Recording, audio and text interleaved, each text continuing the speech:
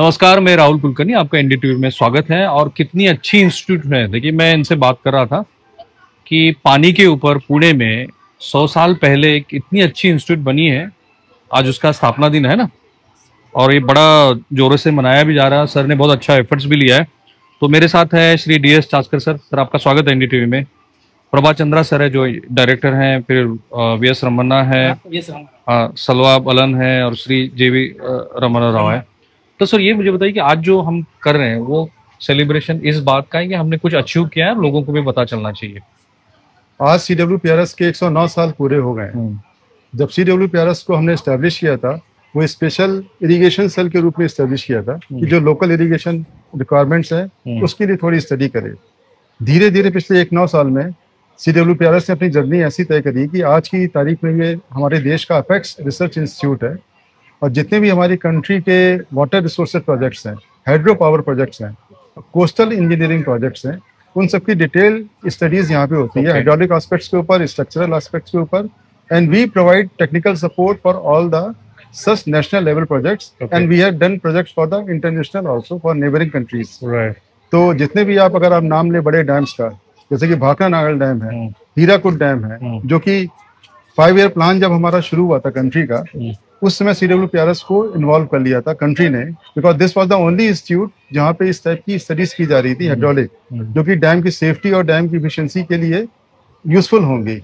उस समय Bhakra Nagal dam, Hirakud dam, Ukai dam और इस टाइप के और भी जो बड़े डैम्स बाद में आए, जैसे कोयना डैम आया था, सरदार सरोवर डैम आया था, उन सब की स्टडी यहाँ पे हुई। और 20-20, 30-30 साल तक हम लोगों ने उन डैम्स की, जब तक उनका कंस्ट्रक्शन कंप्लीट नहीं हुआ है, उनकी स्टडीज में सपोर्ट किया है। तो अमूमन हम लोग जब डैम की स्टडी करते हैं, जैसे मैंने मॉडल देखे, तो उसमें हमारा फोकस क्या रहता है? जो मैं बता रहा हूँ आपको, जो डैम की स्टडीज होती है, बेसिकली हमारा फोकस रहता है उसमें हाइड्रोलिक एस्पेक्ट्स पे। जब डैम बनते हैं तो उसमें स्पिलवे स्ट्रक्चर्स होते हैं, जिसके थ्रू ओवरफ्लो डिस्चार्ज पास होता है। तो वो जो स्पिलवे स्ट्रक्चर्स होते हैं वो बहुत इंपॉर्टेंट होते हैं। तो हम लोग यहाँ पे मॉडल करके, स्पिलवे स्ट्रक्चर्स का मॉडल करके, स्पिलवे की जो सबसे मोस्ट एफिशिएंट शेप है उसको हम लोग डिसाइड करते हैं। और जहाँ पे डैम के पानी जो ऊपर से आ रहा है हेड के थ्रू, उसकी जो एनर्जी डिसिपेशन हो रही है, उसको एरिया को स्टिलिंग बेसिन कहते हैं। उस स्टिलिंग बेसिन का जो मैक्सिमम या ऑप्टिमम कॉन्फ़िगरेशन क्या होगा डिस्चार्ज के हिसाब से और उस डैम की कॉन्फ़िगरेशन के हिसाब से, वो हम लोग डिसाइड करते हैं। दूसरी बात है, जो डैम के दूसरे अपर टेनेंट स्ट्रक्चर्स हैं, जैसे कि आपका ये पावर इनटेक है, पावर टनल्स हैं, और पावर टनल्स में मिट्टी ना जाए, डैम जो नदी के पानी में रहती है, उसके लिए जो डिसिल्टिंग अरेंजमेंट होता है, वो भी हम लोग, वो सब स्टडीज हम करते हैं। तो ये तो आपका हाइड्रोलिक्स पार्ट हो गया है। दूसरा पार्ट जो हम डैम के लिए करते हैं, डैम रिहेबिलिटेशन के लिए करते हैं, उसके लिए हम लोग उनकी जो वहाँ पे जियो फिजिकल इन्वेस्टिगेशंस होती हैं, डैम के स्ट्रक्चर के नीचे का सब स्ट्रेटा कैसा है, उसकी फाउंडेशन कैसी है, कि वहाँ पे डैम का इतना भारी जो प्रोजेक्ट है वो आना चाहिए कि नहीं आना चाहिए, उसके लिए हम लोग जियो फिजिकल स्टडीज करते हैं। और उस डैम का रीजन में सिस्मिसिटी कितना है, because सिस्मिसिटी is a very sensitive subject. तो उस डैम का रीजन में सिस्मिसिटी कितना है, उसके लिए हम लोग डिजाइन सिस्मिक पैरामीटर्स डिजाइन करते हैं। हम लोग वहाँ फील्ड इन्वेस्टिगेशन करते हैं, 1-1 साल तक हमारे वहाँ सिस्मोग्राफ लगे रहते हैं, विच स्टडी कि वहाँ पे सिस्मिसिटी कैसी है। उसके बाद हम लोग वहाँ पे इसके लिए, आजकल हम लोगों ने ड्रिप में जो हमारे पुराने डैम्स हैं ना, 5000 डैम्स हैं हमारे पास, उसमें जो कई डैम्स हैं, कई 100 डैम्स हैं, वो 50 से 100 साल पुराने हो गए, एजिंग इफेक्ट आ गया है। तो उन डैम्स का रिहेबिलिटेशन करना बहुत ज़रूरी है। तो उसके लिए हमारे जो CWPRS है, उसने पिछले कई सालों में ये देखा है कि डैम की जो स्ट्रक्चर एनालिसिस है, जो कि डैम कहाँ पे वीक हो रहा है, वो हमने किया है कि कौन सा वीक पार्ट है। उसकी स्ट्रेंथनिंग के लिए हमने यहाँ पे हमारी कंक्रीट टेक्नोलॉजी है, हम लोग उसके लिए रेमेडियल मेजर्स इवॉल्व करते हैं कि वहाँ पे क्या इपॉक्सी लगाएं, क्या ग्राउट मिक्स लगाएं, जिससे कि डैम की स्ट्रेंथनिंग हो जाए। तो ये एक बहुत इंपॉर्टेंट एस्पेक्ट है जो कि हम लोग ड्रिप के अंतर्गत। अच्छा, ये नवी मुंबई एयरपोर्ट का भी आपने स्टडी किया? नवी मुंबई एयरपोर्ट का स्टडी हमने किया है। अभी तो वो प्रोजेक्ट लगभग एग्जीक्यूशन की स्टेज में आ गया है। तो नवी मुंबई एयरपोर्ट में हम लोग का स्टडी ये था कि वो जो नवी मुंबई एयरपोर्ट था, वो इससे टाइट से कोस्टल रीजन में था वो। तो वहाँ पे जो टाइडल लेवल्स हैं वो 5 मीटर के हैं, प्लस वहाँ पे बहुत सारी रिवर्स पीछे से आ रही हैं। तो उसमें डिसाइड ये करना था कि जो नवी मुंबई एयरपोर्ट का जो रनवे है, it should never be get flooded. उसके लिए हम लोग को कुछ रिवर्स का हम लोगों ने पूरी हाइड्रोलॉजिकल एनालिसिस की कि हर रिवर में मैक्सिमम डिस्चार्ज कितना आ सकता है। उस रिवर को हम लोगों ने डाइवर्ट किया इस ढंग से कि वो रेनपोर्ट रनवे के थोड़ा सा नजदीक से जाए। नदी का पानी में अगर फ्लडिंग हो रही है तो उसकी वजह से पानी नवी एयरपोर्ट पे ना आए। तो उसके लिए हम लोगों ने बेसिकली एक तो हम लोगों ने हाइड्रोलॉजिकल एनालिसिस करी कि वहाँ पे फ्लड वगैरह कितने होते हैं, वहाँ पे नदी में फ्लड डिस्चार्जेस कितने हैं। दूसरा हमने फिजिकल मॉडल में देखा, जब उस फ्लड के साथ हम लोग टाइडल वाटर्स का सिमुलेशन करते हैं तो वाटर लेवल्स मैक्सिमम कहाँ तक जा सकते हैं, उसके हिसाब से हम लोगों ने नई मुंबई एयरपोर्ट का जो लेवल है वो डिसाइड किया। अभी वो शुरू हो गया एकदम। और जो मुंबई पोर्ट का मॉडल है, जैसे हमने आपको दिखाया था, जेएनपीटी आपने बहुत एक्सक्लूसिवली देखा है, जो वाधवन अभी नया पोर्ट आ रहा है हमने आपको दिखाया है जो किस तरह से बन रहा है। और मुंबई पोर्ट का भी यहाँ पे एक अच्छा सा मॉडल बना है जो कांस्टेंट यहाँ पे रहता है, क्योंकि वो रेवेन्यू पे कर रहे हैं वो स्टडी करने के लिए। चूंकि सर आप चीफ इंजीनियर हैं, तो क्लाइमेट चेंज की जो बात होती है, तो जो रिसोर्सेज एज अ वाटर हमें मिल रहा है, क्या उसमें कोई बदलाव आया है? देखिए, क्लाइमेट चेंज के बारे में जितनी भी सीरीज हुई है उससे एक जो चीज सामने आ रही है वो ये है कि जो एक्सट्रीम हाइड्रोलॉजिकल इवेंट्स है, एक्सट्रीम हाइड्रोलॉजिकल बहुत ज्यादा बारिश होना, बहुत ज्यादा बारिश होना या बारिश ही ना होना, तो इनकी फ्रिक्वेंसी और इंटेंसिटी दोनों बढ़ने की संभावना। बट अभी कोई ऐसा बिल्कुल एक्यूरेट स्टडी किसी का हुआ है ऐसा बोल नहीं सकते। They are all based on the modelling and other things. जितना मॉडल हमारा अच्छा होगा उतना स्टडी अच्छा होगा। उसमें आपको ये एक जनरल हमें एक्सपेक्ट कर सकते हैं कि आने वाले समय में because of climate change extreme hydrological events की इंटेंसिटी और फ्रीक्वेंसी दोनों बढ़ने की संभावना। राइट, एक आपका बोलूं? हाँ, बात करें इसमें। अभी CWPRS में अभी जो हमारा नेक्स्ट चैलेंज आने वाला है हमारे वाटर रिसोर्सेज स्ट्रक्चर्स के लिए, कोस्टल स्ट्रक्चर्स के लिए, क्लाइमेट चेंज है। अच्छा, because of the climate change जो हमारी सारी कंडीशंस हैं, स्टॉर्म कंडीशंस हैं, स्टॉर्म सर्च कंडीशंस हैं, इवन वेव्स की जो कंडीशंस हैं वो सब बदलने वाली हैं। तो अभी हमने रिसेंटली अपने CWPRS में एक क्लाइमेट सेल का निर्माण किया है, कर लिया है जो कि क्लाइमेट चेंज से संबंधित सारे इन पहलुओं पे स्टडी करेगा कि अगर 2050 में climate change suppose temperature 2 degree बढ़ रहा है तो उसका इफेक्ट हमारी हाइड्रोलिक कंडीशंस पे क्या आएगा, अल्टीमेटली उसका इफेक्ट हमारे स्ट्रक्चर्स पे क्या आने वाला है। तो हमारा जो ऑब्जेक्टिव है, हमारा ऑब्जेक्टिव ये है कि हम क्लाइमेट रेजिलिएंट स्ट्रक्चर्स का निर्माण करें। ठीक है, उसके लिए हम लोगों ने क्लाइमेट चेंज का एक सेल बनाया है जो कि जितने भी हमारे वाटर रिसोर्सेज सेक्टर हैं या हमारे कोस्टल, क्योंकि किसी का ब्रेक वाटर का लेवल सपोज अभी कुछ x मीटर है, बिकॉज ऑफ क्लाइमेट चेंज क्या हो रहा है, सी लेवल राइज हो रहा है, waves, strong wave conditions change हो रही हैं, तो उसका क्रस्ट लेवल भी चेंज होगा सो दैट वो कभी ओवर टॉप ना हो। उसके लिए हम लोग यहाँ पे अध्ययन कर रहे हैं। और दूसरा जो चैलेंज हम लोग ले रहे हैं क्लाइमेट चेंज के साथ, क्लाइमेट चेंज का एक बाई प्रोडक्ट है GLOF, glacial lake outburst flood, जो हमारे हिमालयन रीजन्स हैं जैसे कि सिक्किम है या फिर आपका उत्तराखंड है। वहां पे आपने रिसेंटली सुना होगा उत्तराखंड में 2021 में तपोवन विष्णुगढ़ था, वहां पे क्लाउड बस्ट हुआ था। क्लाउड बस्ट क्यों हुआ था? वहां पे जो ग्लेशियल लेक्स जो फॉर्म हो रही हैं वो क्लाइमेट चेंज के कारण उनका मेल्ट हो रही है, उनके कारण फ्लड आ रहा है। ऐसे ही 2023 में सिक्किम में तीस्ता 3 का प्रोजेक्ट, बांध पूरा, डैम पूरा बना हुआ था, उसमें ग्लॉफ का फ्लड आया एक्स्ट्रा और वो पूरा आपका जो डैम है वो काफी डैमेज हो गया है। तो अभी क्लाइमेट चेंज के साथ साथ जो हमने एक नया सेल खोला ग्लॉफ का, उसकी हम लोग डिटेल स्टडीज कर रहे हैं कि ग्लॉफ के कारण, क्लाइमेट चेंज के कारण हमारा ये ग्लॉफ डिस्चार्ज कितना होने वाला है।